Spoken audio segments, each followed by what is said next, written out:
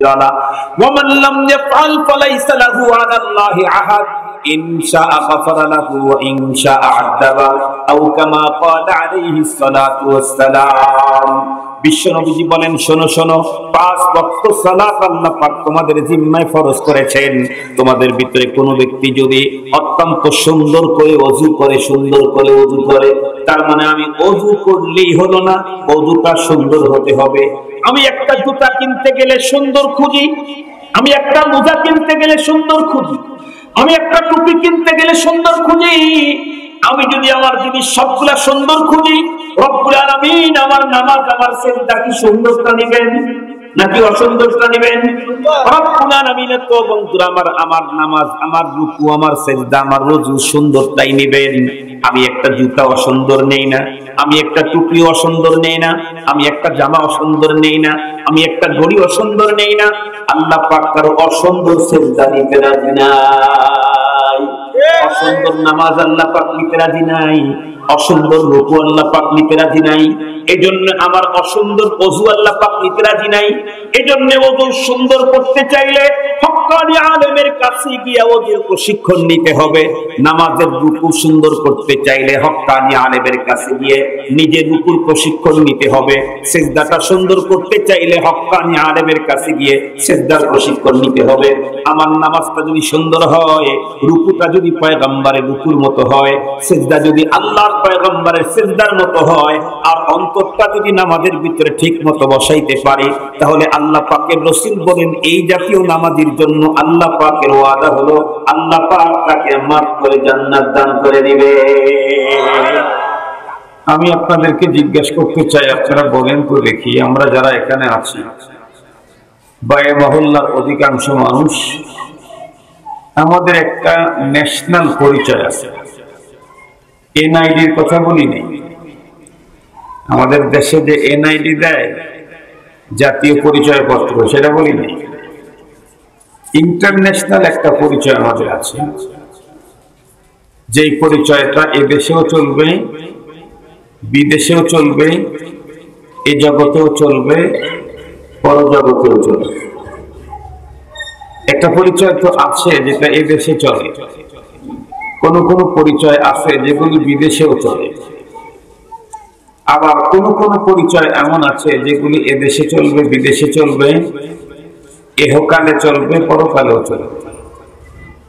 আমার কাছে তো ইন্টারন্যাশনাল পরিচয় বলতে ওই পরিচয়টা মনে হয় যেই পরিচয় আমি দুনিয়াতেও নিজের পরিচয় ঘটাইতে পারি, মরণের পরেও যেই পরিচয় আমি পরিচিত হতে পারি। সেই পরিচয়টা হলো আমরা মুমিন, আমরা মুসলমান। মরণের পরে আল্লাহ পাক জিজ্ঞেস করবে তোমরা কোন দেশের নাগরিক, জিজ্ঞেস করবে, হাদিসে আছে নাই। জিজ্ঞেস করবে তোমার মাতৃভাষা কি, এটা জিজ্ঞেস করবে না, বরং মরণের সাথে সাথে কাফনের কাপড় পরায়া যখন আমাদেরকে কবরের ভিতরে রেখে আমাদের আপনজন আমাদের মুখের উপরে, বুকের উপরে মাটি দিয়ে সর্বপ্রথম ব্যক্তি যখন 40 কদম ব্যাগে চলে আসবে, হাদিসে পাকের মধ্যে এসেছে আশরাহুমালাকানে আসওয়াদানে আরযাকান ফায়ুজলিসানিহি, তো সাথে সাথে দুইজন কালো ভিন্ন চক্ষু, মানে দেখতে একটু ভয়ঙ্কর, এ জাতীয় দুইজন ফেরেশতা এসে মৃত ব্যক্তিকে কবরের ভিতরে উঠায় বসায়। এরপর জিজ্ঞাসা করে যে তোমার মায়ের ভাষা কি, তুমি কোন দেশে ছিলে, তোমার প্রধানমন্ত্রীর নাম কি, এগুলো জিজ্ঞেস করে না তো? কি জিজ্ঞেস করবে? মার রব্বুক, মার রব্বুক, তোমার রব কে? তার মানে মরণের পরে সকলকে জিজ্ঞাসা করা হবে, বাঙালিদেরকে বাংলা ভাষায়, পাকিস্তানের আর ইন্ডিয়াদেরকে উর্দু ভাষায়, আর আরবদেরকে আরবি ভাষায়। না সবার প্রশ্ন একই ভাষায়? তাহলে বোঝা গেল আমাকে প্রথম মাটি দিয়ে এক মানুষ 40 কদম পিছনে আসতে দেরি হবে, পৃথিবীর টোটাল মানুষগুলি আরবি ভাষা বুঝতে আর বলতে কোনো সমস্যা হবে না। সব মানুষ তখন আরবি বুঝবে এবং আরবিতে উত্তর দেবে। জীবনে কোনো স্কুলে পড়ে নাই, মাদ্রাসাতেও পড়ে নাই, আরব দেশে জন্মই নেয় নাই, এরপরেও তার ভাষা হবে কি? আরবি। আরবি। তো যেই জিজ্ঞাসাটা করবে সেই জিজ্ঞাসাটা টোটাল মুখতাসার কথা হলো যে তোমার পরিচয় বলো, তুমি মুমিন কিনা, এটা জিজ্ঞাসা করবে। তুমি মুমিন কিনা, মুমিন হইলে মার রব্বুক, তোমার রব তুমি বলতে পারবে। মুমিন হইলে তোমার দিন কি এটা তুমি বলতে পারবে। তুমি যদি প্রকৃত মুমিন হয়ে থাকো তাহলে ইসলামের নবী মুহাম্মদুর রাসূলুল্লাহ সাল্লাল্লাহু আলাইহি ওয়াসাল্লামকে তুমি চিনতে পারবে। এই তিন প্রশ্নের খোলাসা হলো তুমি মুমিন কিনা। কবরের ভিতরে জিজ্ঞাসা হবে ঈমানের, হাসরের ময়দানে জিজ্ঞাসা হবে ইসলামের। কবরের প্রশ্ন হলো মার রব্বুকা ওয়া মা দীনুকা ওয়া মান হাদা রাজুলুল্লাযী বুইসা ফীকুম, এই সবগুলোর সমন্বয় হলো ঈমান। আর হাসরের ময়দানে জিজ্ঞাসা হবে আউয়ালু মা ইউহাসাবু বিহিল আবদু ইয়াউমাল কিয়ামাতি আস-সালাহ। হাসরের ময়দানে প্রথম জিজ্ঞাসা হবে নামাজ সম্পর্কে। নামাজ, রোজা, হজ, যাকাত এগুলো হলো ইসলাম। আর আল্লাহর প্রতি বিশ্বাস, ধর্মের প্রতি বিশ্বাস, রাসূলের প্রতি বিশ্বাস, আখিরাতের প্রতি বিশ্বাস, কোরআনের প্রতি বিশ্বাস, এগুলি হলো ঈমান। তো আজ আমাদের সবচেয়ে বড় পরিচয়, ইন্টারন্যাশনাল পরিচয় হলো আমি মুমিন। আমি পৃথিবীর যেখানে যাই আমাকে যদি জিজ্ঞাসা করে তুমি কে, অনেক জায়গা আছে যারা হয়তো বা আমাদের থানার নাম, জেলার নাম বললে কেউ চিনবে না। হইতে পারে কেউ বা কেউ হয়তো দেশের নাম বললেও কোন রাষ্ট্র চিনবে না। কিন্তু আমি যদি বলি আমি মুসলিম, আমি মুমিন, তাহলে আশা করা যায় তামাম দুনিয়ার যেখানেই 2-4 জন মুসলমান আছে সেখানকার মানুষ আমাকে চিনতে কোনো ভুল করবে না। তাই পৃথিবীতে তো এই পরিচয় চলবেই চলবে, মরণের পরে কবরের ভিতরে এইটাই চলবে, আর কোনটা চলবে। মরণের পরে আরেক জগতে এই পরিচয়ই চলবে, আর কোন পরিচয় দিয়ে লাভ হবে না। মুমিন আর মুসলিম, মুসলমানদের আমরা জানি ইসলাম ধর্মের মূল বুনিয়াদ হলো 5টা। বুনিয়াল ইসলাম আলা খামস। তার ভিতরে 1 নাম্বার হলো আল্লাহ পাকের প্রতি বিশ্বাস, রাসূলের প্রতি বিশ্বাস তথা ঈমান। 2 নাম্বার ইসলামের সবচেয়ে বড় রুকুন, 2 নাম্বার ইসলামের মূল স্তম্ভ 5টা। এর ভিতরে 2টা তো সব মুসলমানের জন্য না। যাদের সম্পদ নির্ধারিত কোঠা পর্যন্ত যাবে তাদের জিম্মায় হজ এবং যাকাত।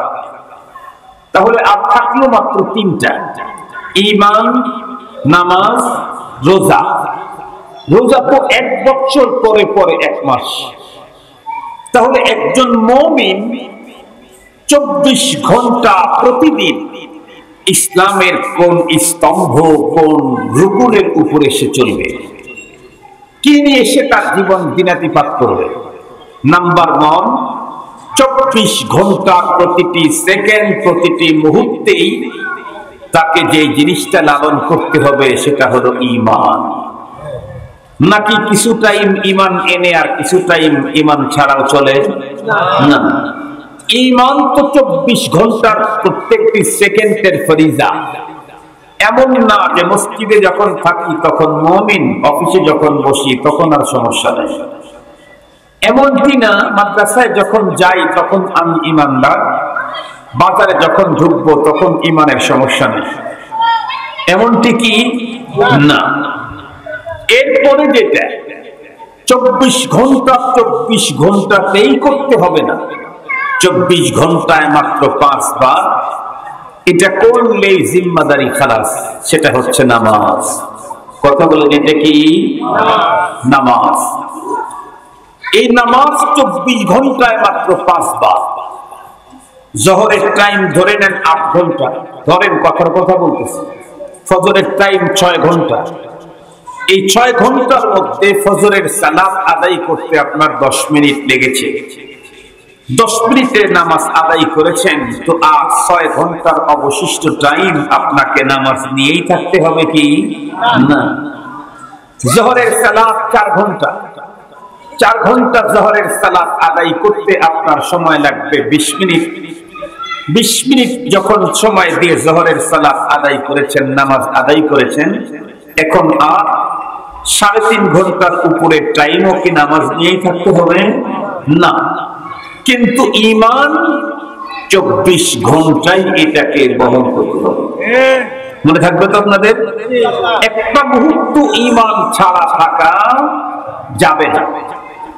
তো ঈমানের পরে সবচেয়ে গুরুত্বপূর্ণ জিনিস হলো নামাজ। আপনাদের কি ধারণা, একটা বিল্ডিং যেমন, এই বিল্ডিংটা থাকতে চাইলে ওর যদি 5টা পিলার হয়, 5টাই ঠিক থাকতে হবে, তাহলে সাফ থাকবে বিল্ডিংটা নিয়ে। 5টা পিলারের যদি 4টা বা 2টা বা 3টাই ভেঙে পড়ে যায়, তাহলে ও বিল্ডিং এর ওই কর্নারটা ভেঙে যাবে কিনা, পড়ে যাবে কিনা? যাবে। ইসলামের মূল স্তম্ভ 5টা। এই 5টাই যদি আমার মধ্যে থাকে, যখন যেটা আমার উপরে ফরজ হয়, তাহলে আমার ইসলাম ঠিক আছে। আমার ভিতরে যখন যেই কয়টা ফরজ হয়েছে সেইটা যদি আমার ভিতরে না থাকে, তাহলেও কি আমার ইসলাম এখন সুন্দরভাবে আছে? না। এই জন্য রাসূল করিম সাল্লাল্লাহু আলাইহি ওয়াসাল্লাম বলেছেন, নামাজ ইসলামের গুরুত্বপূর্ণ বিষয়। মান আকামাহা ফাকাদ আকামাদ-দ্বীন ওয়া মান হাদামাহা ফাকাদ হাদামাদ-দ্বীন। যে ব্যক্তি নামাজকে কায়েম করলো, সে যেন আল্লাহর দ্বীনকে কায়েম করলো। আর যে ব্যক্তি নামাজকে নষ্ট করে ফেললো, ভেঙে ফেললো, সে যেন আল্লাহর দ্বীনকেই ভেঙে চুরমার করে দিল। এই বক্তব্য আমি দিয়েছি না, আল্লাহ রাসূল দিয়েছেন। আল্লাহ পাকের রাসূল সাল্লাল্লাহু আলাইহি ওয়াসাল্লাম দিয়েছেন। খুব ভালো করে বুঝবেন। তাহলে একজন মুমিন, একজন মুসলিম প্রকৃত মুসলমান হতে চাইলে নামাজ ছাড়া হওয়ার কোনো সুযোগ নেই। নামাজ ছাড়া একজন মানুষ প্রকৃত মুসলমান হওয়ার কোনো সুযোগ নেই। একজন মানুষ যদি প্রকৃত মুসলমান হতে চায়, নাম্বার 1 মুসলিম হতে চায়, তাহলে নামাজকে বাদ দিয়ে হবে। নামাজকে দিয়েই তাকে মুসলিম হতে হবে, নামাজকে দিয়েই তাকে মুসলিম হতে হবে। মনে রাখবেন, নামাজকে যদি কেউ অস্বীকার করে ফেলে, তাহলে তো সে বেঈমান হয়ে গেল। আর নামাজকে যদি অস্বীকার করে না, কিন্তু নামাজ পড়ে না, বলে তাহলে সে ঈমান আছে বটে, কিন্তু সে নেককার মুমিন না, সে হলো ফাসিক মুমিন। যদি বলেন সে কি মুমিন? ফাসিক মুমিন। আমরা কি ফাসিক মুমিন হতে চাই? আমরা ফাসিক মুমিন হতে চাই না। আমরা পিওর খালেস মুমিন হতে চাই। খালেস ঈমানদার হতে চাইলে নামাজ অবশ্যই দরকার। এই নামাজ কি শুধু শহরের লোকদের জন্য না গ্রামের লোকদের জন্য? আওয়াজ করেন না কেন? যারা রাজধানীতে থাকবে তাদের জন্য নামাজ, যারা গ্রামে থাকবে তাদের জন্য নামাজ নাই। তাহলে এই নামাজ যেহেতু সব শ্রেণীর মুসলমানের জন্য, গ্রামে হোক শহরে হোক, শিক্ষিত হোক অশিক্ষিত হোক, ছোট হোক আর বড় হোক, সরকারি দলের হোক আর বিরোধী দলের হোক, সবার জন্যই যেহেতু নামাজ, তাহলে এই নামাজটা আমার যাতে হয়, নামাজটা যাতে আমার আদায় হয়, আমি যাতে করতে পারি, এই চিন্তা চেতনা আমাদের ভিতরে থাকা দরকার আছে না নাই? মুহতারাম হাজিরিন, খুব ভালো করে বুঝবেন কথাগুলি। নামাজ আমাকে পড়তেই হবে, আদায় করতেই হবে। আল্লাহ পাকের রাসূল বলেছেন, ঈমান আর কুফরের মাঝে পার্থক্যকারী বস্তুই হলো নামাজ। যে ব্যক্তি নামাজ পড়ে তার ঈমানের প্রমাণ করল। যে ব্যক্তি নামাজ ছাড়ে, কাফেরও নামাজ পড়ে না, মুসলিমও নামাজ পড়ে না, আমি কেমনে বুঝবো এটা মুসলিম না কাফের? এজন্য কুফর আর ইসলামের মাঝে পার্থক্যকারী বস্তুই হলো নামাজ। আল্লাহ পাকের কোরআনে আল্লাহ পাক বলেছেন, ইন্নাস সালাতা তানহা আনিল ফাহশাই ওয়াল মুনকারি ওয়াল বাগই। নিঃসন্দেহে নামাজ, ইন্নাস সালাতা তানহা আনিল ফাহশাই ওয়াল মুনকার, নিঃসন্দেহে নামাজ অন্যায় অশ্লীলতা থেকে নামাজিকে হেফাজত করে। কিন্তু আপনারা বলুন তো দেখি, আমাদের দেশে নামাজিদের প্রথম নাম্বার কথা হলো নামাজির সংখ্যাই কম। আপনাদের মহল্লায় যেই পরিমাণে মানুষ আছে তাতে কত পার্সেন্টেজ নামাজি? 100%, 50, 40, 30, 20%? ভালো করে খোঁজ দিয়ে দেখেন 10%ও নাই। নিয়মিত মুসল্লি 5%ও নাই। নিয়মিত মুসল্লি 5%ও নাই। অথচ এই নামাজকে ছেড়ে দিয়ে কেউ কখনো পরিপূর্ণ মুমিন হতে পারে না, কেউ কখনো পরিপূর্ণ মুসলিম হতে পারে না।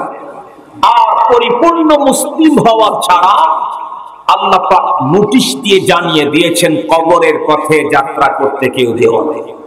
আল্লাহ পাক বলেন, ইয়া আইয়ুহাল্লাযীনা আমানুত্তাকুল্লাহা হাক্কা তুকাতিহি ওয়া লা তামুতুন্না ইল্লা ওয়া আনতুম মুসলিমুন।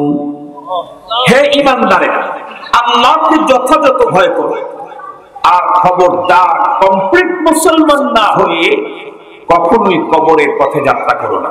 কেন?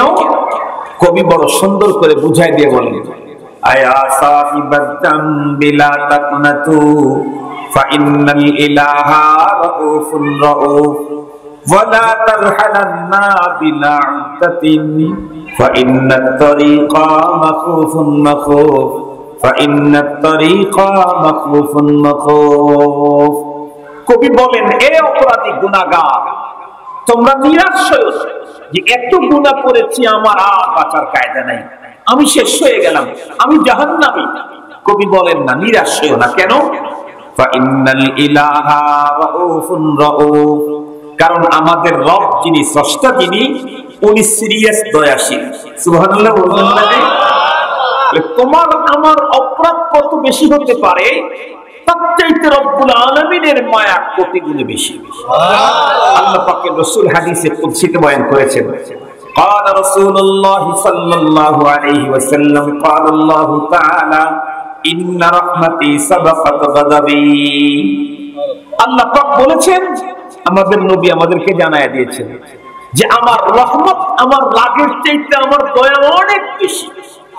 এজন্য তুমি যত অপরাধী করো নিরাশ হয়ো না। তবে সাথে সাথে আরেকটা কথা বলছেন কবি, ওয়ালা তারহালান্না বিলা উদ্দাতিন ফা ইন্নাত তারিকা মাখুফুন মাখুফ। কবি বলেন, একটা কথা মনে রেখো, আল্লাহ অনেক দয়াময়, এইজন্য নিরাশ হওয়া যাবে না। তবে একটা কথা মনে রেখো, পুঁজি ছাড়া কবরের পথে যাত্রাও করা যাবে না। পুঁজি ছাড়া কবরের পথে যাত্রাও করা যাবে না। কবরের পথে যাত্রা করতে চাইলে কি লাগবে? কথা বলেন। আপনাদের অঞ্চলে কি দাওয়াতে তাবলীগের সিস্টেম আছে? মানুষজন তাবলীগে যায়? দেখবেন তাবলীগে 3 দিনের নিসাবে অনেক সময় দেখা যায় পাশের গ্রামে মসজিদ, আর সেই মসজিদ থেকে যিনি গেছেন এই গ্রাম থেকে, তার বাড়িটা হলো গ্রামের শেষে, আর ওই গ্রামের শুরুতেই হলো মসজিদ। মাত্র 3 দিন সেখানে থাকবে। এরপরে ওই গ্রাম, যে গ্রামে তাবলীগের জামাত যাচ্ছে, ওই গ্রাম সম্পর্কে মশহুর আছে, ওই গ্রামের লোক কখনো তাবলীগ ওয়ালাদেরকে রান্না করে খেতে দেয় না, সবসময় মেহমানদারি করে। এরপরে আরেকটা সুবিধা হলো, আপনি যে মসজিদে গেছেন ওই মসজিদের শৌচাগারে আসলে, টয়লেটে আসার পরে জোরে ডাক দিলে নাতিকেই বলা যাবে, নাতি আমার জন্য ভাত নিয়ে আন। এটা এই অবস্থা বাড়ি পর্যন্ত পৌঁছানো যাবে। এই জাতীয় কন্ডিশন হওয়ার পরেও আমরা জীবনে দেখলাম না কোনোদিন যে 3 দিনের জন্য জামাতে যাচ্ছে, বাড়ির পাশেই মসজিদ, ইচ্ছে করলে খেয়েও যেতে পারবে, তারপরেও কেউ পুঁজি ছাড়া, টাকা ছাড়া, চাউল ছাড়া 3 দিনের নেশাবে গেছে। আপনারা দেখছেন না কি এরকম? কারো যদি নিজের টাকা থাকে তো নিজের টাকা নিয়ে যায়, কারো টাকা কম তো চাউল সাথে করে নিয়ে যায়, কারো নিজের টাকা নাই, চাউলও নাই, তো অন্য লোক তাকে সহযোগিতা করে। পুঁজি ছাড়া কেউ যায় না। মাত্র 3 দিন থাকবো ওখানে, একটু জোরে ডাক দিলে বাড়িওয়ালি ভাত দিয়ে আসতে পারবে। এরপরে ওই গ্রামের মানুষরা 100% মেহমানদারি করে। তারপরেও যদি টাকা আর চাউল নিয়ে যেতে হয়, আমরা যারা কবর পথের যাত্রী জিজ্ঞেস করতে চাই, কবরে আমাদের অবস্থান কয়দিন? 3 দিনের নেশা। 3 দিনের নেশাবে মানুষ কবরে যায়। এক চিল্লার জন্য যায়, এক সাল লাগানোর জন্য যায়। আরো জোরে বলেন। বরং অবস্থা কি? ওইখানে যারা যায় আর কোনদিন ফেরত আসে না। कैसे कैसे ताजदारो पादशाह चल बसे, वो खजीना वाला खाना शान शौकत क्या हुई। कैसी कैसी खूबसूरत रानियां शहजादियां, तन बदन सब गल गया है, शक्ल सूरत क्या हुई। ऐ बिरादर जी जहान तरफ तनास, जाने बाइज़राइल आखिर दादानास। बाप भाई माँ बहिन फर्जंद जन और यारगार, बाप भाई माँ बहिन फर्जंद जन और यारगार, आशिक व माशूक नौकर बंदे खिदमत गुजार, काम आने का नहीं हर एक जुदा हो जाएगा, बल्कि एक एक हज़्ब दुश्मन जन का हो जाएगा।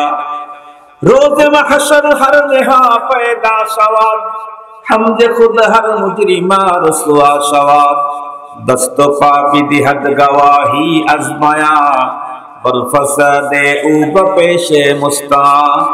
लब गूयद मन चुनी बूसीदाम, दस्त गूयद मन चुनी दस्तीदाम, चश्मे गूयद दीदाम सूये हराम, गोशे गुयद चीदाम समरुल কালাম।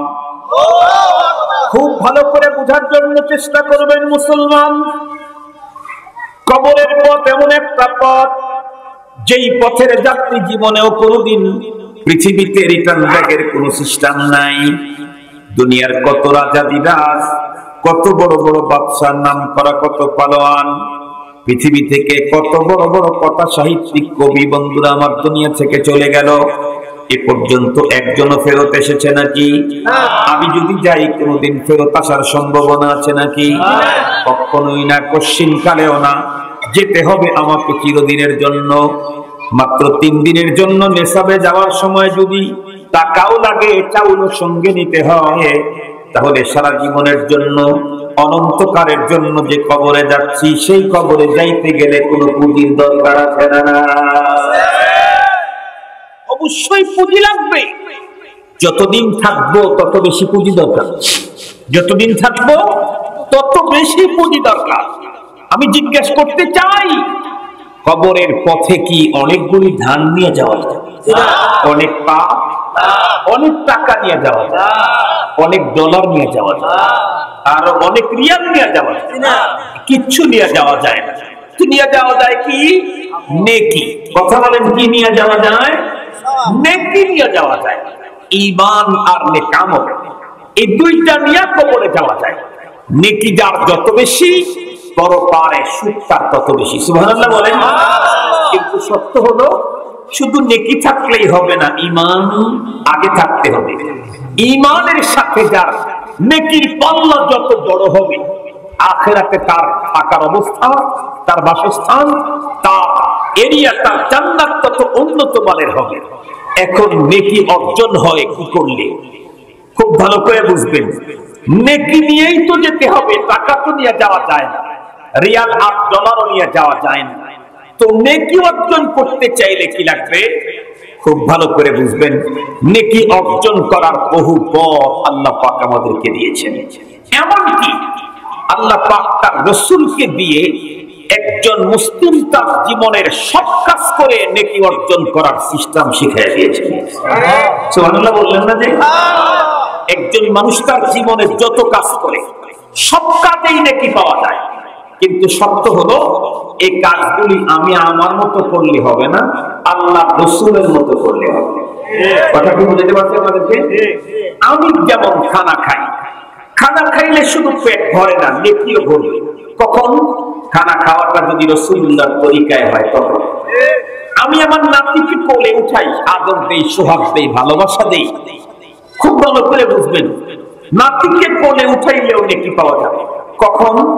কোলে উঠানোর সময় রাসূলের সুন্নতের অনুকরণ করব যখন। আমি প্রতিদিন জুতা পরিয়া খুলি, জুতা পরতেও নেকি পাওয়া যাবে, জুতা খুলতেও নেকি পাওয়া যাবে। শর্ত হলো আমার জুতা পরাটা হতে হবে আল্লাহর প্রিয় হাবিবের তরিকায়, জুতা খোলাটাও হতে হবে আল্লাহ পাকের রাসূলের তরিকায়।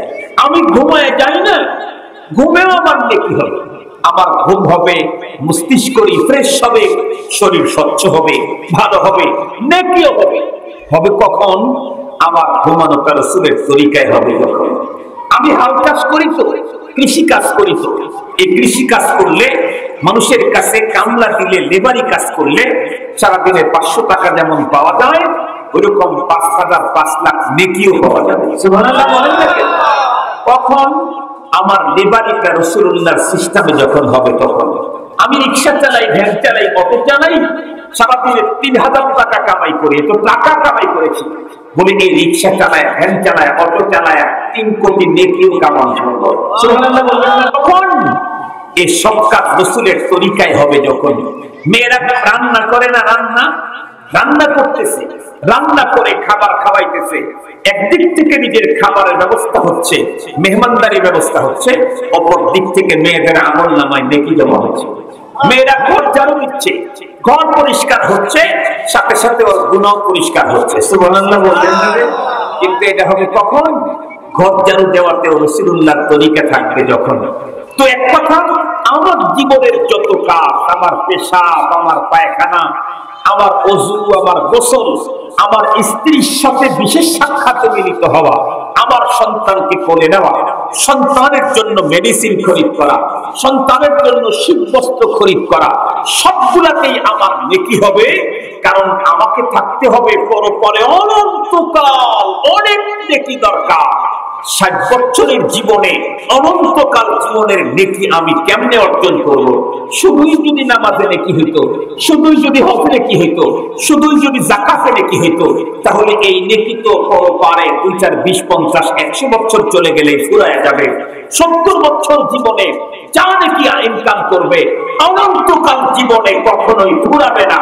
এই জন্য অপশন দিয়েছেন ইমানদারে শুধু নামাজে নেকি না, শুধু রোজাতে নেকি না, শুধু যাকাতে নেকি না, শুধু ওয়াজ আর হজে নেকি না, বরং ইমানদারের পেশাব পায়খানাতেও নেকি, ইমানদারের পানি পান করাতে নেকি, ইমানদারের খাওয়াতে নেকি, ইমানদারের পথ চলাতে নেকি, ইমানদারের চাষ করাতে নেকি, ইমানদার কামলা বেচবে নাকি, ইমানদার দেওয়ারি করবে নাকি, ইমানদার ফ্যান চালাবে নাকি, ইমানদার পাইলট হবে নাকি, যেখানেই যাবে সেখানেই নাকি।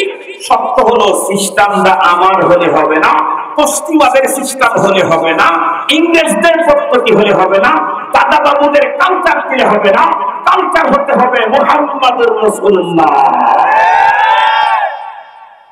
মনে থাকবে তো আপনাদের কথাগুলি? এই যে চাদর গায়ে দিয়েছেন না, নেকি আছে, কিন্তু সিস্টেমটা একটু জানতে হবে। চাদর মোড়ায় দিয়েছেন যে নেকি আছে, সিস্টেমটা একটু জানতে হবে।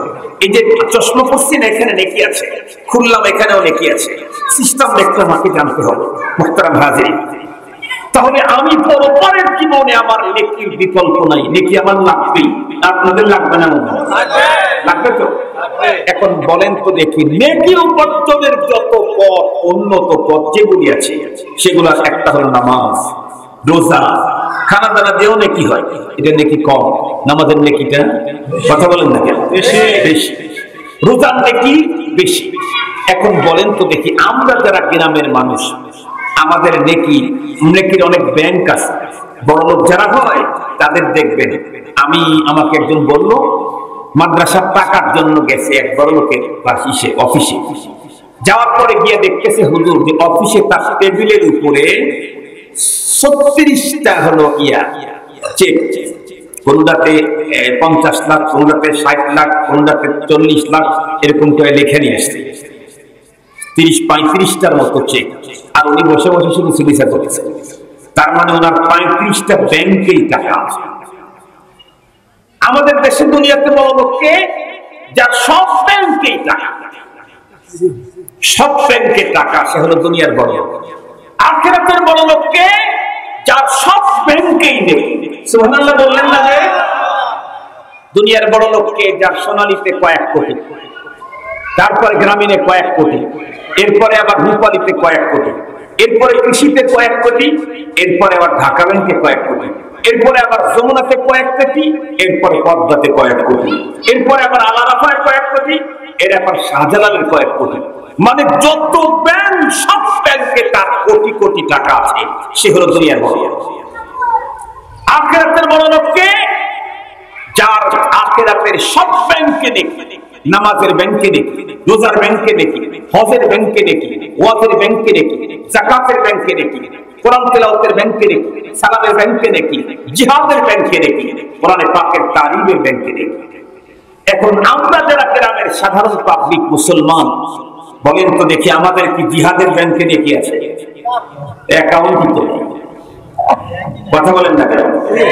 ব্যাংক তো আছে, আল্লাহ পাক জিহাদ দিয়ে রাখছেন, ব্যাংক আছে, কিন্তু আমার অ্যাকাউন্টই নেই। কিসের আবার নেই? আমরা কোরআন শরীফ আর হাদিস শরীফ কোরআনের মুহাদ্দিসি আর মুদাদ্দিসির ব্যাংকে কি আমাদের নেকি আছে? নাই, অ্যাকাউন্টই তো নেই। সকাল সন্ধ্যা 1000 বার জিকিরের ব্যাংকে কি আমাদের নেকি আছে? হুজুর এখনো অ্যাকাউন্ট খুলিই নেই, জিকির শুরুই করি নাই। মুহতারাম হাজিরিন, তাহাজ্জুদের ব্যাংকে নেকি আছে নাকি? কথা বলেন। তাহাজ্জুদের ব্যাংকে নেকি আছে? কম সংখ্যক মানুষের আছে, কম সংখ্যক মানুষের আছে, সব মানুষের নাই। ঠিক বললাম না? ঠিক বললাম? তাহলে আমাদের পর্দার ব্যাংকে নেকি নেই, আমাদের হজের ব্যাংকে নেকি নেই, যাকাতের ব্যাংকে নেকি নেই, জিহাদের ব্যাংকে নেকি নেই, মুহাদ্দিসির ব্যাংকে নেকি নেই, মুদাদ্দিসির ব্যাংকে নেকি নেই, হাফেজের ব্যাংকে, হিফজুল কোরআনের ব্যাংকে নেকি নেই। তার মানে আমাদের নেকি থাকার মধ্যে দেখতেছি মাঝে মাঝে জুমার নামাজ পড়ি আর কোনদিন জোহর পড়ি। ঠিক বললাম না? কি বললাম? আমাদের অ্যাকাউন্ট মোটামুটি একটা ব্যাংকে মোটামুটি ভালো অ্যাকাউন্ট আছে, সেটা হলো নামাজ। আলহামদুলিল্লাহ বলেন। সেটারও কি অবস্থা? কেউ 5 বার ওখানে নেকি ঢুকায়, কেউ 7 দিনে একবার ঢুকায়, কেউ বা বছর মাত্র 2 বার যায়। এরকম আছে না নাই? আমাদের ব্যাংকে অ্যাকাউন্ট আছে, কিন্তু তাদের অবস্থা, গ্রামের মানুষের অবস্থা হলো কি? কেউ দৈনিক 5 বার ঢুকায় নেকি, কেউ বা 7 দিনে একবার ঢুকায়, কেউ আবার বছরে 2 বার, কেউ আবার আপনজন যদি কখনো মরে তাইলে কিছু নেকি ঢুকায়। তার মানে জানাজার নাম ঢুকায়। এই হলো আমাদের অবস্থা। মুসলমান ভাইরা আমার কথা ভালো করে বুঝবেন। আমি আগেই বলেছি 3 দিন নিসাবে যাব, একটু জোরে ডাক দিলেই আমার আপনজন আমার জন্য খাবার নিয়ে আমার সামনে উপস্থিত হতে পারে। তারপরেও যদি আমরা কেউ টাকা আর চাউল ছাড়া 3 দিনের নিসাবে না যাই, তাহলে আমরা কবর দেশের যাত্রী হতে যাচ্ছি। মুসলমান ভাইরা আমার, ওই কবর দেশ থেকে জিন্দেগিতেও কোনোদিন দুনিয়াতে রিটার্ন ব্যাগের সিস্টেম নাই। তাহলে আমাদের কি পরিমাণে বন্ধুরা আমার নেকি নিয়ে কবরে যাওয়া দরকার। মুসলমান খুব ভালো করে বুঝবেন, 70 বছর দুনিয়ার জীবনের জন্য যদি এত পরিশ্রম করা লাগে, অনন্তকালের জীবনের জন্য কি পরিমাণ পরিশ্রম করা দরকার। 70 বছর জীবনের জন্য যদি এত ব্যাংকে টাকা লাগে, তাহলে অসংখ্য অগণিত অনন্তকাল জীবনের জন্য কি পরিমাণে কত ব্যাংকে নেকি দরকার। কিন্তু আমরা মুসলমান, আমরা গ্রামের মুসলমান, আমাদের তো অন্য কোনো বন্ধুরা আমার নেকির ব্যাংকে অ্যাকাউন্টই নাই। আমাদের একটু একটু বন্ধুরা আমার অ্যাকাউন্ট আছে, সেটা হলো নামাজের ব্যাংকে। কিন্তু নামাজের ব্যাংকে যে অ্যাকাউন্ট আছে, সেই অ্যাকাউন্টের অবস্থাটা কি? অ্যাকাউন্ট নাম্বারটা যদি ভুল হয়, যত টাকাই ঢুকায় দেন বন্ধুরা আমার, আপনার ব্যালেন্সে যোগ হবে না। অ্যাকাউন্ট নাম্বার যদি ভুল হয়, যত টাকায় আপনি ঢুকান আপনার অ্যাকাউন্টে কখনোই যোগ হবে না। আমি সালাত আদায় করলেই কি হয়ে যাবে নাকি? আমি সালাত আদায় করলেই তো সালাত আদায় হবে না। আমার সালাতটাকে সঠিক পদ্ধতিতে আদায় করলেই বন্ধুরা আমার নেকি হবে। আমরা প্রত্যেকেই জানি, নামাজ পড়তে চাইলে 3 প্রকারের মাসআলা আমাকে মেনে নামাজ পড়তে হবে। এক প্রকারের মাসআলা হলো ফরজ, আর এক প্রকারের মাসআলা হলো ওয়াজিব, আর এক প্রকারের মাসআলা হলো সুন্নাত। ভালো করে বুঝবেন, সুন্নতের বিষয়টা হলো খুব ভালো করে বুঝবেন। যে বিষয়গুলি, যে নিয়মগুলি আমি যদি নিজের ইচ্ছায় মানি আর না মানি, তাতে নামাজের মধ্যে সহজ সেজদা দিতে হবে না, তবে নামাজের কোয়ালিটিটা একটু নিচে নেমে আসবে। ওয়াজিব মানে হলো এমন কিছু বিধিবিধান, যেই বিধানগুলি নামাজের মধ্যে যদি আমার ভুলে ছাড়া করে যায়, তাহলে দুইটা সুজদা দিলে নামাজটাকে বন্ধুরা আমার রিপিট করা সম্ভব। আর যদি আমি নিজের ইচ্ছায় ওই পদ্ধতিগুলি আমি না মানি, তাহলে কিয়ামত পর্যন্ত সুজদা দিলে কখনোই নামাজ হয় না। আরো কিছু নিয়ম পদ্ধতি নামাজের মধ্যে আছে, যেগুলি ইচ্ছাকৃত যদি কেউ ভুল করে তাহলে তো নামাজ হবেই না। অনিচ্ছাকৃত যদি কোনো মানুষ ভুলে যায় তাহলেও কিয়ামত পর্যন্ত সুজদা দিলে নামাজ হবে না। নামাজের ভিতরে এমন কিছু নিয়ম যেগুলি নিজের ইচ্ছায় অনিচ্ছায় ছাড়া করলে নামাজ হয় না, সেইগুলাকে বলা হয় ফারায়েদে সালাত। নামাজের ভিতরে এমন কিছু নিয়ম যেগুলি ভুলে ছাড়া করলে সুজদা দিলে নামাজ হয়, ইচ্ছাকৃত ছেড়ে দিলে নামাজ হয় না, সেই নিয়মগুলাকে বলা হয় ওয়াজিবাতে সালাত।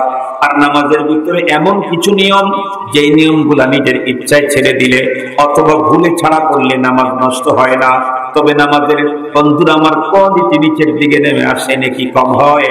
এই জাতীয় বন্ধুরা আমার বিধিবিধানকে বলা হয় সুন্নত।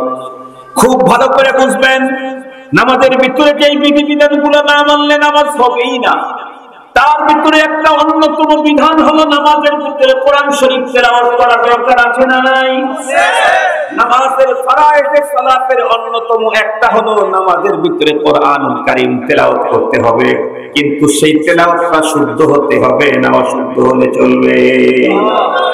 নামাজের ভিতরে কোরআন শুদ্ধ করে পড়া, এটা ফরয়েজে সালাত, নামাজের ফরজগুলির একটা অন্যতম। এটা ভুল করে যদি কেউ কখনো ইচ্ছাকৃত ভুলে এটা যদি না আদায় করতে পারে তাহলে তার নামাজ হবে না। যেমন নামাজের জন্য ওযু দরকার আছে না? আর জন্য বলে কোন ব্যক্তি যদি ওযু না করে নামাজে চলে গেছে তাহলে তার নামাজটা হয়ে যাবে। কথা বলেন না কেন? নামাজের জন্য ওযু শর্ত, ওযু ছাড়া যেমন নামাজ হয় না, নামাজের জন্য কোরআনে পাকের শুদ্ধ তেলাওয়াত শর্ত, অশুদ্ধ কোরআন পড়লেও নামাজ হয় না। কিন্তু দুঃখের বিষয় হলো আমাদের দেশের মানুষ নামাজটাকে শুদ্ধ করার জন্য ওযু করতে বন্ধুরা আমার অবশ্যই ব্যস্ত হয়, ওযু করে, কিন্তু নামাজটাকে শুদ্ধ করার জন্য আল্লাহর কোরআন শুদ্ধ করতে কোনো ব্যস্ততা এই দেশের মুসলমানের না। ওযু ছাড়া কেউ নামাজে যায় না, কিন্তু কোরআন শরীফের তেলাওয়াত ছাড়াই কি আল্লাহু আকবার, এরকম লোক বাংলাদেশে নাই? আর জোরে বলেন, এই গ্রামে নাই? আছে। এখনো যদি জিজ্ঞাসা করা হয় তাহলে দেখবেন কি বলবো, গোল্ডেন এ প্লাসে ফেল করে এরকম মানুষটা এখানে বেশি হবে। মুহতারাম হাজিরিন, তো আমার জীবনে তো আমি মুসলিম হতে চাইলে নামাজ ছাড়া হওয়া যাবে না। নামাজ পড়তে চাইলে আল্লাহর কোরআন শুদ্ধ পড়া ছাড়া কখনোই নামাজ হবে না। আমি তো কোরআন শিখতে পারি নাই, কোরআনে পাকের তিলাওয়াত শিখতে পারি নাই। ছোটবেলায় ছিলাম, বাবা হয়তো ওইভাবে লক্ষ্য রাখে নাই, অথবা বাবা চেষ্টা করছে, আমি শয়তানি করেছি, আমি মাদ্রাসায় যাই নাই, শিক্ষা অর্জন করতে পারি নাই। তার কারণে কি আমার জন্য এটা মাফ হয়ে গেছে? এখন আমি যেমন কিছু তেমন পড়লেই হবে? কখনোই না মুসলমান, কখনোই না। বরং আমাকে যে কোনো মূল্যে আল্লাহর কোরআন শুদ্ধ তেলাওয়াত শিখে তারপরে নামাজে দাঁড়াতে হবে। আমি যদি কোরআনুল কারীমটাকে শুদ্ধ করে তেলাওয়াত করতে না পারি, ওযু ছাড়া যেমন নামাজ হয় না, কোরআনুল কারীমকে অশুদ্ধ তেলাওয়াত করলে তেমন নামাজ হবে না। মুসলমান ভাইরা আমার, এই জন্য আমি মুসলমানদেরকে পায়ে হাত দিয়ে বলবো, আমরা তো কবর পথের যাত্রী। কবি বলে দিয়েছেন, ওয়ালা তারহাদান্না বিলা উদ্দাতিন ফা ইন্নাত তারিকা মাকুফুন মাকুফ। খবরদার কবর পথের যাত্রী তোমরা কখনোই পুঁজি ছাড়া খবরের পথে যাত্রা করো না। আমাদের পুঁজির অবস্থা হলো নাই নাই, জিহাদের অ্যাকাউন্টে কোনো নেকি নাই। ও মুসলমান ভাইরা আমার, যাকাতের অ্যাকাউন্টে কোনো নেকি নাই, হজের অ্যাকাউন্টে কোনো নেকি নেই, কোরআন তেলাওয়াতের অ্যাকাউন্টে নেকি নাই, জিকিরের বন্ধুর আমার অ্যাকাউন্টে নেকি নাই, তাহাজ্জুদের অ্যাকাউন্টে নেকি নাই। তার মানে আমাদের কোনো নাই নাই, অ্যাকাউন্টই আমাদের নাই। শুধুমাত্র কেবলমাত্র পুঁজি তো দেখতেছি একটা, সেটা হলো সালাত। সেই সালাত বন্ধুরা আমার নামাজের কন্ডিশন হলো এই, আল্লাহু আকবার বলা থেকে শুরু করে নামাজের শেষ পর্যন্ত কোন কোন পদ্ধতি কিভাবে উচ্চারণ করলে নামাজ হবে, এই জিনিসগুলো এখন পর্যন্ত আমাদের জানা নাই। মুসলমান খুব ভালো করে বুঝবেন, আমাদের দেশের ভিতরে বহু মুসল্লি এমন আছে যেই মুসল্লিরা নামাজ পড়ে এখন শুধু পড়ে না, একদম ছোটবেলা থেকেই নামাজ পড়ে। এই জাতীয় মুসল্লি গ্রামের ভিতরে বেশি। এমনও মুসল্লি আছে যেই মুসল্লি শেষ রাত্রে সবার আগে ঘুম থেকে জাগ্রত হয়, এরপরে মানুষদেরকে আসসালাতু খায়রুম মিনান নাওমের ধ্বনি দিতে দিতে মসজিদ পর্যন্ত চলে আসে। সর্বপ্রথম মসজিদটা উনি বন্ধু আমার মসজিদের দরজা খোলেন, এরপরে মসজিদের ভিতরে সুইচটা উনি টিপেন, এরপরে মসজিদের ভিতরে বন্ধুরা আমার চটগুলি উনি বিছায়া দেন, এরপরে ফজরের সালাতের আযান উনি দিয়ে দেন, এরপরে মুসল্লিরা আসে।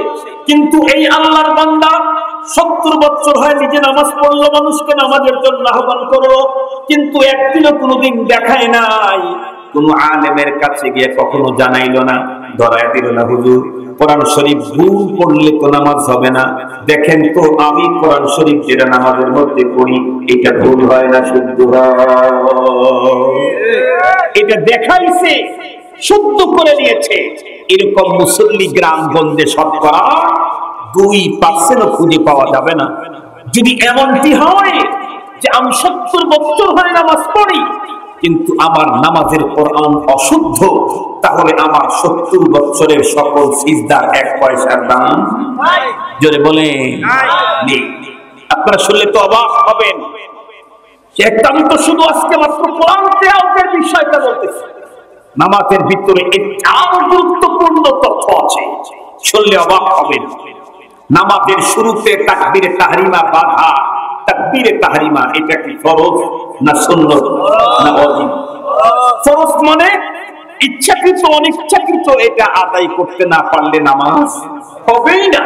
কিন্তু আমাদের দেশে হাজারো মুসল্লি আছে গ্রামে যারা জোহরের নামাজ, সুন্নত নামাজ, আসরের নামাজ, নফল নামাজ, ওয়াজিব নামাজ পড়ে কেমনে? আমার মুখের দিকে তাকায় দেখেন আপনারা, তাকবীরে তাহরিমা বাদে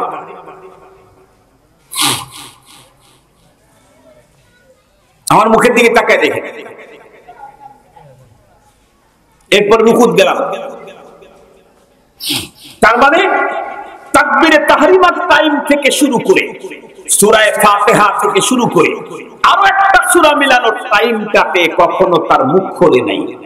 মুখ বন্ধ করে নামাজ পড়ার মতো মুসল্লি আপনাদের এই বক্সিয়াতে আছে? কথা বলেন আছে না নাই? সর্বনাশ, সর্বনাশ। নারী হোক আর পুরুষ হোক, যত মুসলিম নারী পুরুষ জীবনে নামাজের শুরু থেকে মুখ বন্ধ করে তাকবীর মনে মনে পড়েছে, সূরাতুল ফাতিহা মনে মনে পাঠ করেছে, এদের জীবনের এক ওয়াক্ত নামাজ হয় না। উনি যদি মক্কাতুল মুকাররমায় খানায় কাবাতে পড়ে থাকে এই পদ্ধতিতে, তাও হয় না। উনি যদি হারামাইন শরীফাইন মদিনাতুল মুনাওয়ারার হারাম মক্কার হারামে পড়ে থাকেন, তাও হয় নাই। কেন? নামাজের শুরুতে আল্লাহু আকবার এই শব্দটা বলা হলো ফরজ। কি বলা ফরজ? আল্লাহু আকবার। এখন বলতে পারেন হুজুর আমি তো বলেছি, কেমনে? মনে মনে, মনে মনে বলাটাকে শরীয়ত গ্রহণ করে না। নামাজের ভিতরে মনে মনে তাকবীর বলাকে শরীয়ত গ্রহণ করে না। খুব ভালো করে বুঝবেন, নামাজের শুরুতেই আমাকে তাকবীর বলতে হবে। কেমনে? আল্লাহু আকবার শব্দটা আমার জবান দিয়ে উচ্চারণ করতে হবে। তবে মাগরিবের সালাত, ইশার সালাত আর ফজরের সালাতে আমার আল্লাহু আকবারের ধ্বনি অন্যের কান পর্যন্ত যাবে। আসর আর যোহরের সালাতে আল্লাহু আকবারের ধ্বনি অন্যের কানে যাবে না, আমার কান পর্যন্ত যাবে। তার মানে কেমন করে পড়তে হবে? আমার মুখের দিকে তাকান, শুনছেন? আল্লাহ আসতে হলেও বন্ধুরা আমার শব্দ করতে হবে। আল্লাহু আকবার শব্দ যদি কেউ মুখ থেকে উচ্চারণ না করে মনে মনে যদি আল্লাহু আকবার বলে সূরা ফাতিহা পড়ে, তাহলে এই লোকের নামাজ কশিন কালেও কোনোদিন কবুল হওয়ার সম্ভাবনা নাই। কবুল তো দূরের কথা, নামাজই হয় নাই। মুসলমান ভাইরা আমার খুব ভালো করে বুঝবেন। তাহলে আমরা সাধারণ গ্রামের মানুষ, আমাদের অ্যাকাউন্টের ভিতরে নেকি নাই, জিহাদের অ্যাকাউন্টে নাই নাই আমার বন্ধুরা আমার যাকাত আর হজের অ্যাকাউন্টের ভিতরে নেকি। এক বছর পরে পরে রমজান মাস যখন আসে তার আগ থেকেই তো বন্ধুরা আমার গ্যাস একটু বেশি হয়ে যায়, ওই অ্যাকাউন্ট তো খালি। ঠিক বললাম না ঠিক বললাম? এরকম মানুষ আমাদের সমাজের ভিতরে আছে না নাই? তাহলে ওই অ্যাকাউন্ট তো খালি, একটাই মাত্র অ্যাকাউন্ট, সেটা হলো বন্ধুরা আমার সালাতের অ্যাকাউন্ট।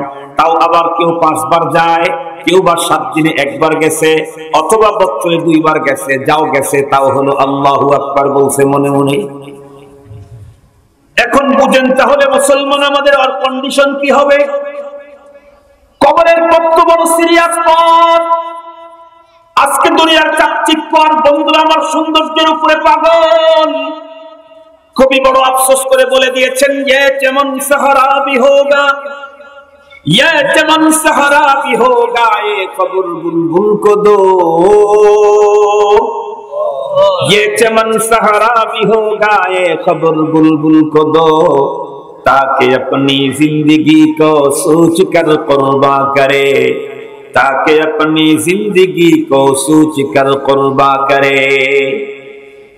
কবি বলেন, খুব ভালো করে মনে রাখবেন, কবি ডেকে বলেন, এ ভাই, যেই বুলবুল পাখি রকমারি ফুলের বাগানের ডালে বসে বসে কিচিমিচি সুরে নৃত্য দেয় আর গান গায়, গান আর নৃত্য দিয়া যেই বুলবুল পাখিটা তার জীবনের সময়গুলা ব্যয় করলো, ওর কোনো খবর নাই, শুধুই আমোদ প্রমোদ আনন্দ আর ভোগ বিলাস।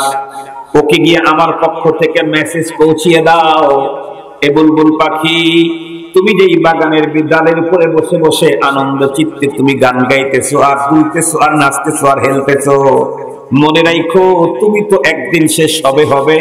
এই বাগানটা পর্যন্ত একদিন ফুরিয়ে যাবে, দুনিয়াতে বাগানের অস্তিত্ব থাকবে না।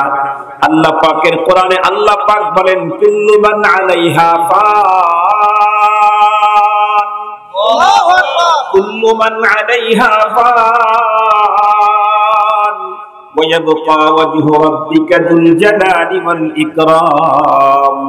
पहाड़े पार जाएंगे, जमीन पर जलजला होगा, पहाड़े पार जाएंगे, जमीन पर जलजला होगा, मोहम्मद तख्त पर होगी, अदालत पर खुदा होगा, मोहम्मद तख्त पर होगे, अदालत पर खुदा होगा। একদিন পৃথিবীর সৌন্দর্য ফুরিয়ে যাবে, না হয় আমি তো একদিন ফুরিয়ে যাব। কুল্লু নাফসিন দাইকাতুল মাউত সুম্মা ইলাইনা তুরজাউন, মৌতু কাসিন কুল্লু নাসিন শারিবু কবরু বাইতিন, মৌতু কাসিন কুল্লু নাফসিন শারিবু কবরু বাইতিন কুল্লু নাসিন দাখিলু। মুসলমান ভাইরা রে আমার, আমি কবরের পথে যাইতেছি, তোমার নামাজের কি কন্ডিশন? তাহলে নামাজটা শুদ্ধ করা দরকার আছে না নাই? নামাজ শুদ্ধ করতে চাইলে যে জিনিসগুলি আমার প্রথমে লাগবে, তার ভিতরে বন্ধুরা আমার একটা হলো আমার পবিত্রতা অর্জনের মাসলা মাসাইল। এটা আমাকে জানতে হবে। যদি আমি আমার নামাজটাকে সুন্দর করতে পারি, তাহলে আমার জীবনের অনেকটাই পেরেশানি কমে গেল। কেন?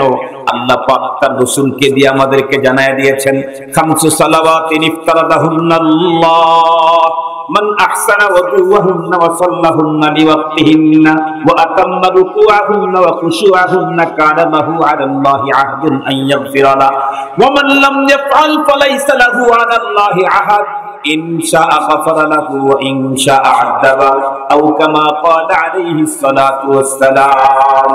বিশ্বনবীজি বলেন, শোনো শোনো, 5 ওয়াক্ত সালাত আল্লাহ পাক তোমাদের জিম্মায় ফরজ করেছেন। তোমাদের ভিতরে কোন ব্যক্তি যদি অত্যন্ত সুন্দর করে ওযু করে, তার মানে আমি ওযু করলেই হলো না, ওযুটা সুন্দর হতে হবে। আমি একটা জুতা কিনতে গেলে সুন্দর খুঁজি, আমি একটা মোজা কিনতে গেলে সুন্দর খুঁজি, আমি একটা টুপি কিনতে গেলে সুন্দর খুঁজি। আমি যদি আমার জিনিস সবগুলা সুন্দর খুঁজি, রব্বুল আলামিন আমার নামাজ আমার সিজদা কি সুন্দরটা নেবেন নাকি অসুন্দরটা নেবেন? রব্বুল আলামিন তো বন্ধুরা আমার নামাজ, আমার রুকু, আমার সিজদা, আমার ওযু সুন্দরটাই নেবেন। আমি একটা জুতা অসুন্দর নেই না, আমি একটা টুপি অসুন্দর নেই না, আমি একটা জামা অসুন্দর নেই না, আমি একটা ঘড়ি অসুন্দর নেই না। আল্লাহ পাক তার অসুন্দর সিজদা নিতে রাজি নাই, অসুন্দর নামাজ আল্লাহ পাক নিতে রাজি নাই, অসুন্দর রুকু আল্লাহ পাক নিতে রাজি নাই। এজন্য আমার অসুন্দর ওযু আল্লাহ পাক নিতে রাজি নাই। এজন্য ওযু সুন্দর করতে চাইলে হক্কানি আলেমের কাছে গিয়ে ওযুর প্রশিক্ষণ নিতে হবে। নামাজের রুকু সুন্দর করতে চাইলে হক্কানি আলেমের কাছে গিয়ে নিজের রুকুর প্রশিক্ষণ নিতে হবে। সিজদাটা সুন্দর করতে চাইলে হক্কানি আলেমের কাছে গিয়ে সিজদার প্রশিক্ষণ নিতে হবে। আমার নামাজটা যদি সুন্দর হয়, রুকুটা যদি পয়গম্বরের রুকুর মতো হয়, সিজদা যদি আল্লাহর পয়গম্বরের সিজদার মতো হয়, আর অন্তরটা যদি নামাজের ভিতরে ঠিক মতো বসাইতে পারি, তাহলে আল্লাহ পাকের রাসূল বলেন এই জাতীয় নামাজের জন্য আল্লাহ পাকের ওয়াদা হলো আল্লাহ পাক তাকে মাফ করে জান্নাত দান করে দিবে। কার ওয়াদা? কার ওয়াদা? চেয়ারম্যান সাহেবের ওয়াদা না তো, উপজেলার ওয়াদা না তো, মেয়রের ওয়াদা না তো, এমপি সাহেবের ওয়াদা না তো।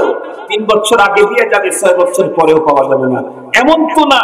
প্রাইম মিনিস্টারের ওয়াদা না, জাতিসংঘের মহাসচিবের ওয়াদা না। ওয়াদা কার? আল্লাহ।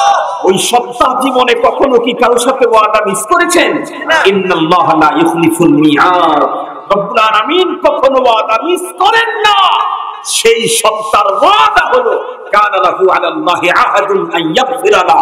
আমার সালাত যদি জাহির সুন্দর হয়, বাতিন সুন্দর হয়, রুকু সিজদায় সবগুলো যদি সুন্দর হয়, 51টা সুন্নাত মানলেই তার নামাজের জাহির সুন্দর হবে। ভিতরটাকে সুন্দর করতে চাইলে কোরআনে পাকের ভিতরে আমি যা পড়ি, তাসবিহ, তাহলিল, জিকির, আজকার, তাকবীরাতে ইন্তেকালিয়া, কোরআনে পাকের তিলাওয়াত, এই সবগুলি বুঝে বুঝে পড়তে থাকলে তখন নামাজের ভিতরে মন বসতে থাকবে। কিন্তু বুঝে পড়বো তো দূরের কথা, শুদ্ধই তো করতে পারি না। বুঝে পড়া তো পরের কথা, শুদ্ধই তো করতে পারি না। তাহলে বলুন তো দেখি, আমি কি আজীবন এমন নামাজ নিয়েই কবরে যাব? কথা বলেন না কেন ভাই? এমন নামাজ নিয়ে আমি কবরে যাব? এমন নামাজ নিয়ে কবরে গেলে আমার ভয়াবহ পরিস্থিতি, ভয়াবহ অবস্থার মোকাবেলা করতে হবে। এই জন্য আসুন আমরা নামাজটাকে শুদ্ধ করা শিখি। আমরা তো ভুল করেছি, আমরা বড় হয়ে গেছি, আমরা তো ভুল করেছি। আগামী প্রজন্ম, এই গ্রাম, এই মহল্লা, এই দেশ নয়, তাম পৃথিবীর মুসলমানের কাছে আমাদের উদাত্ত আহ্বান, আমরা তো ভুল করেছি, যতটুকুন পারি শুধরায় চলবো। ভবিষ্যৎ প্রজন্ম মুসলমানের ঘরে যা আসবে একটাকেও আর এই ভুল করতে দেব না। রাজি আছি ইনশাআল্লাহ? রাজি আছি ইনশাআল্লাহ? আল্লাহ পাকের মেহেরবানিতে আমার সন্তানে ভুল করবে না, আমার বাচ্চাই ভুল করবে না, আমার নাতি ভুল করবে না। আমি যদি একটা কাজ করতে পারি, আল্লাহ পাক সিস্টেম আমাদের জন্য আবিষ্কার করেছেন।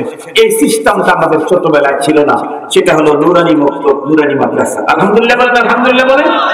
ওরা কি শুধু নিজের নামাজটা কি সুন্দর করলো? না না, ওরা তো নুরানিতে পড়ে আমার ঘরে কেউ মারা গেলে তাকে সহি তরিকায় জানাজার নামাজ পড়াবার যোগ্যতা অর্জন করেছে। আল্লাহু আকবার বলেন। ওরা কি শুধু নামাজটা সুন্দর করে পড়ার যোগ্যতা অর্জন করেছে, না পড়াবারও যোগ্যতা অর্জন করেছে? আলহামদুলিল্লাহ। ওরা জুমার নামাজের খুতবা দিয়ে জুমার সালাত পড়াবার, ইমামতি করাবার যোগ্যতা অর্জন করেছে। তাহলে এই জাতীয় প্রতিষ্ঠান, এই জাতীয় সুযোগ আমরা কখনো কোনো মুসলমান হাতছাড়া করতে। এই জন্য সবচাইতে নিরাপদ পদ্ধতি হলো আমরা আমাদের সন্তান যেটাই আল্লাহ পাক দুনিয়াতে পাঠাবেন সবগুলাকে আলেম বানানোর কথা বলতেছি না। সবগুলা যদি বক্তা হয় কার ওয়াজ কে শুনবে? সবগুলা যদি ডাক্তার হয় কার চিকিৎসা কি করবেন? সবগুলা যদি ইঞ্জিনিয়ার হয় কার বাড়ির প্ল্যান কে করে দিবে? সব ইঞ্জিনিয়ার হওয়া দরকার নাই, তবে কিছু তো ইঞ্জিনিয়ার অবশ্যই দরকার। সব ডাক্তার হওয়া দরকার নাই, তবে কিছু তো ডাক্তার অবশ্যই দরকার। সব মুফতি সাহেব হওয়া দরকার নাই, তবে কিছু মুফতি সাহেব অবশ্যই দরকার। সব বক্তা হওয়া দরকার নাই, তবে কিছু বক্তা তো অবশ্যই দরকার। মুহতারাম হাজিরিন, তবে সবাইকে মুসলমান হওয়া দরকার আছে না? নাকি কিছু মুসলমান হইলেই হবে? কথা বলেন না কেন? সবাইকে মুসলমান হতে হবে। আর নুরানি বক্তব্যের মধ্যে ডিসি, এসি ও কি বলে এসপি তৈরি হয় না, ডক্টর তৈরি হয় না, ইঞ্জিনিয়ার তৈরি হয় না। নুরানি বক্তব্যের ভিতরে মুসলমান তৈরি হয়। নুরানি বক্তব্য কি তৈরি হয়? মুসলমান তৈরি হয়। আর ডিসি যদি মুসলমান 1 নাম্বার হয়, ও যদি কোরআন ওয়ালা হয়, তাহলে ওই ডিসি সাহেব কোন মাহফিলের অনুমোদন বাতিল করতে পারবে না। ঠিক বললাম? ঠিক বললাম? যদি আইজি মহোদয়, ডিআইজি, এডিশনাল আইজি, ওনারা যদি কোরআনওয়ালা, হাদিসওয়ালা, সুন্নাতওয়ালা হয়, তাহলে ওনার কোনো গুণী কোনো হুজুরের বুকের উপরে আর পড়বে না। মুহতারাম হাজির, সহজ বুদ্ধি হলো এগুলি বন্ধ করতে চাইলে রাজপথে গিয়ে খালি কয়েকটা স্লোগান দিলাম, বাসায় ঢুকে পড়লাম, এটা সমাধান না। সমাধান হলো আগামী দিনে মুসলমানের ঘর থেকে যতগুলা সন্তান বের হবে, ছেলে হোক আর মেয়ে হোক, সবগুলাকে ইসলামাইজেশন করো, তাদের মস্তিষ্ক ইসলামের সাথে সাজাও, দ্বীনি শিক্ষা দীক্ষা, সংস্কৃতি তাদেরকে শিক্ষা দিয়ে বের করে দাও। ইনশাআল্লাহ ওই চেয়ারগুলা যখন এই জাতীয় মানুষ দখল করবে, আর কোনো ঝামেলা হবে না, আনন্দই আনন্দ, মজাই মজা, আল্লাহর দয়া দয়া, মায়া মায়া। কারণ ডিসির চেয়ারে তখন কোরআনে পাকের তিলাওয়াত হবে শুদ্ধ। কোরআনে পাকের শুদ্ধ তেলাওয়াত হলে কি হয় তা জানেন? আসমান থেকে ফেরেশতা জমিনে এসে কোরআন শরীফের তেলাওয়াত শুনতে থাকে। আমাদের দেশের এসপি সাহেবের টেবিলে যদি কোরআন শরীফের শুদ্ধ তেলাওয়াত হয়, তাহলে সেখানে ফেরেশতা যদি আসে, শয়তান তো ঢোকার কোনো সুযোগই নেই। কি বলেন? ব্যবসায়ী বড় ম্যানেজার, তার টেবিলে যদি কোরআন শরীফের শুদ্ধ তেলাওয়াত হয়, রহমতের ফেরেশতা যদি ঢোকে, শয়তান আসার কোনো সুযোগই নেই। তাহলে আর 2 নাম্বার 3 নাম্বার মাল বের হওয়ার কোনো সুযোগ, কথা বলেন না কেন? শিশু খাদ্যের ভিতরে ভেজাল ঢোকার কোনো সুযোগ নাই। এরপরে কি বলে, দইয়ের ভিতরে টিস্যু ঢোকানোর তখন আর কোনো পদ্ধতি তখন আর থাকবে না, সব ঠিক হয়ে যাবে। আমাকে একজন বলে, হুজুর ওইখানে ভেজাল, ওইখানে ভেজাল। আমি বললাম, এখানে ভেজাল, ওখানে ভেজাল, আসল জায়গায় ভেজাল। ওই আসল জায়গা, এক জায়গায় লিক বন্ধ করো, সব দিক বন্ধ হয়ে যাবে। সেটা কি? মানুষগুলাই যে আমরা ভেজাল, জাল আর ভেজাল মানুষ বন্ধ হোক, অরিজিনাল মানুষ তৈরি করো, তাহলে কোনো কিছুতেই খাদ্যেও ভেজাল হবে না, গাড়িতেও ঝামেলা হবে না, বাড়িতেও ঝামেলা হবে না, কোন দেশের কোন জায়গাতে দেশেরও ক্ষতি হবে না, দশেরও ক্ষতি হবে না, রাষ্ট্রেরও ক্ষতি হবে না। লাগবে হলো কি মানুষ? কথা বলেন, ভেজাল বিহীন ভালো মানুষ। আরে ভালো মানুষ তৈরি করবে আল্লাহর কোরআনের ফর্মুলা। ঠিক বললাম না? ঠিক বললাম? আল্লাহ পাক আমাদের সকলকে আলোচিত কথার উপর আমল করার তৌফিক দান করুন। জোরে বলেন আমিন। আলহামদুলিল্লাহি রাব্বিল আলামিন, ওয়াসসালাতু ওয়াসসালামু আলা সাইয়্যিদিল আমবিয়া ওয়াল মুরসালিন ওয়া আলা আলিহি ওয়া আসহাবিহি আজমাইন। اللهم لك الحمد كله ولك الشكر كله ولك الخلق كله ولك الملك كله بيدك الأمر كله إليك يرجع الأمر كله إنك على كل شيء قدير يا حي يا قيوم برحمتك نستغيث أصلح لنا شأننا كله ولا تكلنا إلى أنفسنا طرفة عين رب ارحمهما كما ربياني صغيرا رب ارحمهما كما ربياني صغيرا ربنا هب لنا من أزواجنا وذرياتنا قرة أعين واجعلنا للمتقين إماما اللهم ارفع عنا البلاء والوباء اللهم احفظنا من كل بلاء الدنيا وعذاب الآخرة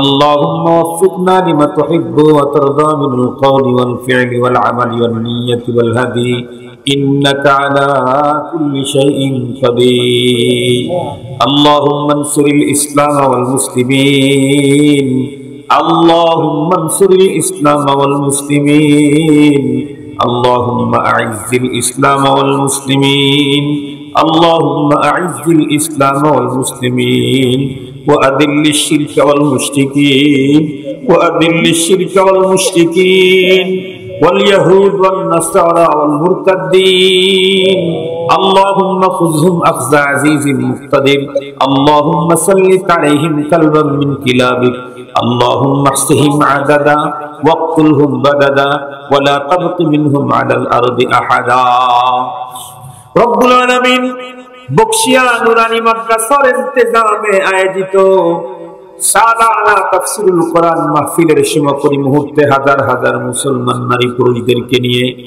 ভিক্ষুকের বেশে তোমার আলিশান দরবারে হাত উঁচু করেছি। আল্লাহ দয়া করে মেহেরবানি করে আমাদের প্রত্যেকের আশা বসা এবং নুরানি এই মাদ্রাসা এবং দাখিলে মাদ্রাসা কবুল মঞ্জুর করে নাও রব্বুল আলামিন। জিন্দেগীর কোনো নেক আমল যদি তোমার দরবারে কবুল না হয়ে থাকে আল্লাহ, আজকের মাহফিল খানা উপলক্ষ করে तमाम জীবনের ইবাদতের মঞ্জুরি দিয়া দাও ওগো রব্বুল আলামিন। তুমি তোমার কুদরতের চোখ দিয়ে চেয়ে দেখো, এখানে এমন কোন মানুষ নাই যেই লোকের আপনজন কবরে যায়। বড় অনেকেই তো আমার মতো বাবা হারানো হাত দুখানি এতিমের মতো উত্তোলন করেছে। কেউ বা নিজের মার মতো সোনার মুখখানি কবরের মাটিতে চাপা দিয়ে এসেছে আল্লাহ। কেউ বা নিজের কলিজার টুকরা সন্তানের জানাজা নিজের কাঁধে বহন করেছে। রব্বুল আলামিন, জানি না আমাদের আপনজন কবরের ভিতরে কে কোন হালতে আছে আল্লাহ, দয়া করে মেহেরবানি করে আমাদের আপনজনদের কবরগুলা তুমি জান্নাতের বাগান বানায়া দাও আল্লাহ। আমাদের আপনজনদের কবরগুলা তুমি জান্নাতের বাগান বানায়া দাও আল্লাহ। तमाम জমিনের মাটির নিচে যত মুমিন নারী পুরুষ আছে আল্লাহ, প্রত্যেককে চিরস্থায়ী ক্ষমা করে দাও। আয় আল্লাহ, পৃথিবী থেকে এমনও কোনো মানুষ চলে গেছে গো, যেই মানুষগুলোর জন্য দুহাত করে তোমার কাছে আবেদন নিবেদন করার মতো দুনিয়ায় কেউ নাই। ইয়া আল্লাহ, দয়া করে মেহেরবানি করে তুমি তাদের পক্ষ থেকে আমরা আপিল জানাই, তাদেরকে চিরস্থায়ী ক্ষমা করে জান্নাত নসিব করে দাও রব্বুল আলামিন। যাদের জন্য দোয়ার আবেদন করা হয়েছে তাদের হকে দোয়া কবুল করে নাও। যারা আমাদের কাছে দোয়ার আবেদন করে থাকে আল্লাহ, তাদের হকে দোয়া কবুল করে নাও। যাদেরকে দোয়া করার ওয়াদা করে থাকি, যারা আমাদের কাছে দোয়ার হক রাখে, প্রত্যেকের ব্যাপারে দোয়া কবুল মঞ্জুর করে নাও রব্বুল আলামিন। আমাদের ছেলে মেয়ে ভাই ব্রাদার বন্ধু বান্ধব আত্মীয় স্বজন দেশে বিদেশে যারা আছে প্রত্যেককে তুমি নেককার পরহেজগার আল্লাহওয়ালা বানাও। সুস্থতার সঙ্গে প্রত্যেকের নেক হায়াত বাড়ায় দাও আল্লাহ। আয় রব্বুল আলামিন, আমাদের সঙ্গে দোয়ার খনি মা বোনের হাত উঠাইছেন, জানি না কার দাম্পত্য জীবনে অশান্তি। আয় আল্লাহ, প্রতিটি মা বোনদের দাম্পত্য জীবনের ভিতরে মানবিক শান্তি দান করে দাও। জানি না কার ঘরের ভিতরে যুবতী মেয়ে আছে বিবাহের উপযুক্ত, আল্লাহ সুন্দর সৎ নেককার পাত্রের ব্যবস্থা করে দাও। জানি না কোন যুবক ভাই কোন মুসলমানের জীবিকার প্রবলেম, আল্লাহ দয়া করে মেহেরবানি করে প্রত্যেককে হালাল রিজিকের ব্যবস্থা করে দাও রব্বুল আলামিন। জানি না কার অন্তরের ভিতরে কোন বৈধ তামান্না আছে, কবুল করে নাও। জানি না কে কোন রোগে আক্রান্ত, আল্লাহ তুমি শিফা দিয়ে দাও। জানি না কে কোন পেরেশানিতে আছে, আল্লাহ তুমি পেরেশানি দূর করে দাও রব্বুল আলামিন। तमाम দুনিয়ার মুসলমানদেরকে জুলুমের হাত থেকে বাঁচাও। तमाम আলমের মুসলমানদেরকে জুলুমের হাত থেকে বাঁচাও রব্বুল আলামিন। तमाम পৃথিবীর মুসলিম মা বোনদের ইজ্জত আবরু তুমি হেফাজত করো আল্লাহ রব্বুল আলামিন। এই মাদ্রাসা সহ तमाम দুনিয়ার মাদারিস মারাকিজ ইসলাম মাদারিস দ্বীনিয়া মাসাজিদ কবুল মঞ্জুর করে নাও। যাবতীয় দ্বীনি মারাকিজের হাজতগুলি তুমি তোমার গায়বের থেকে পূরণ করে দাও রব্বুল আলামিন। দীর্ঘক্ষণ পর্যন্ত সালাত নিয়ে আলোচনা করলাম। রব্বি জাআলনি মুকিমাস সালাতি ওয়া মিন যুররিয়্যতি রব্বানা ওয়া তাকাব্বাল দুআ। আল্লাহ আমাদের প্রত্যেককে সঠিক পদ্ধতিতে সঠিক নিয়মে সালাত আদায় করার তৌফিক দান করে দাও আল্লাহ। দুনিয়া থেকে আমাদেরকে পুঁজিহীন করে কবরে ডাক দিও না গো আল্লাহ। পরপারের পুঁজি নিয়ে কবরে যাওয়ার মতো তৌফিক আমাদেরকে দান করো রব্বুল আলামিন। আমাদের প্রত্যেকের একটা আবেদন তোমার কাছে গভীর রাত্রে আল্লাহ, যতক্ষণ পর্যন্ত ইহরামের কাপড় না পরি ততক্ষণ পর্যন্ত আমাদের কাউকে কাফনের কাপড়ে জড়াইয়া দিও না গো আল্লাহ। কাফনের কাপড়ে জড়াবার আগে ইহরামের কাপড় পরে তোমার খানায় কাবায় লাব্বাইক আল্লাহুম্মা লাব্বাইক বলার সুযোগ করে দাও। সুবহান রাব্বিকা রাব্বিল ইজ্জাতি আম্মা ইয়াসিফুন ওয়া সালামুন আলাল মুরসালিন ওয়ালহামদুলিল্লাহি রাব্বিল আলামিন। আমিন برحمتك يا أرحم الراحمين। السلام عليكم ورحمة الله।